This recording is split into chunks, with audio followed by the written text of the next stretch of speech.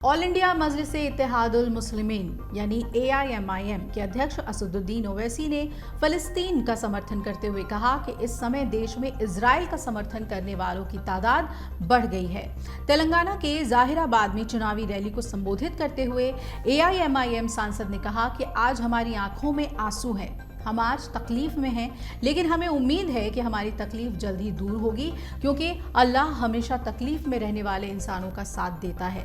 उन्होंने आगे कहा, आज हम फलस्तीन के समर्थन में हैं, हम उन लोगों की तकलीफ में उनके साथ हैं, लेकिन आज देश में इजराइल के समर्थक बहुत हैं।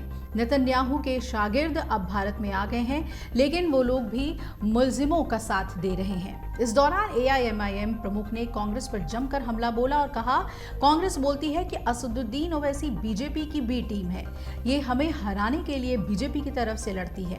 कांग्रेस को बताना चाहिए कि 2019 में कांग्रेस किसकी वजह से हारी थी, जहां तो ज्यादातर सीटों पर भाजपा और कांग्रेस का ही मुकाबला था, लेकिन वहां तो कांग्रेस हार गई।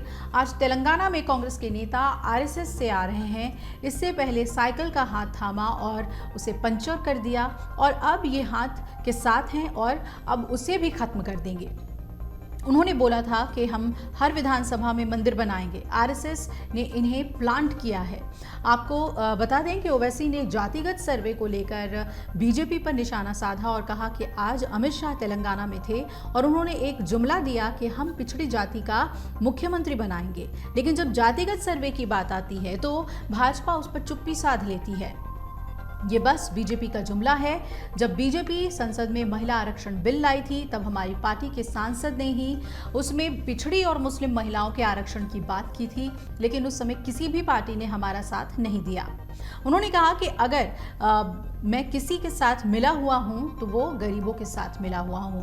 अगर जब भी दुनिया में अमन पसंद लोगों की बात होगी तो ओवैसी उसमें सबसे आगे होगा। मैं तो बोलता हूं, जहां रीजनल पार्टियां सत्ता में होती हैं वहां काम होता है, और जहां 3 पार्टियां प्रमुख होती हैं वहां तेजी से विकास होता है। मैं अपने 3 शादी करने के लिए आपसे नहीं बोल रहा हूं, ये उन्होंने कहा। साथ ही ये भी कहा कि बीजेपी तेलंगाना में यही चाहती है कि गठबंधन की सरकार बने, लेकिन आप बीजेपी की बातों में मत आना और कभी भी तेलंगाना में गठबंधन की सरकार बनने मत देना। मैं भी यही चाहूँगा कि तेलंगाना में गठबंधन की सरकार ना बने। AIMIM ने कांग्रेस पर निशाना साधते हुए ये भी कहा कि कांग्रेस में लोग कह रहे थे कि हमारे बेचारे नेता बैठे हैं, तो हमने कहा कि क्या हम बेचारे नहीं हैं।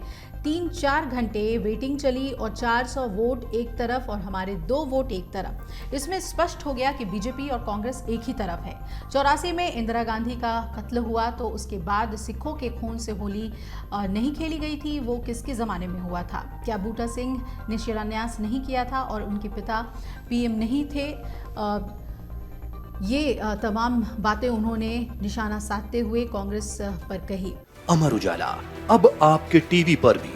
अपने स्मार्ट टीवी पर YouTube पर सर्च करें अमर उजाला, चैनल सब्सक्राइब करें और देखें ताज़ा खबरें, वो भी HD क्वालिटी में। और हाँ, बेल आइकन दबाना ना भूलें ताकि हर खबर हो आपके घर।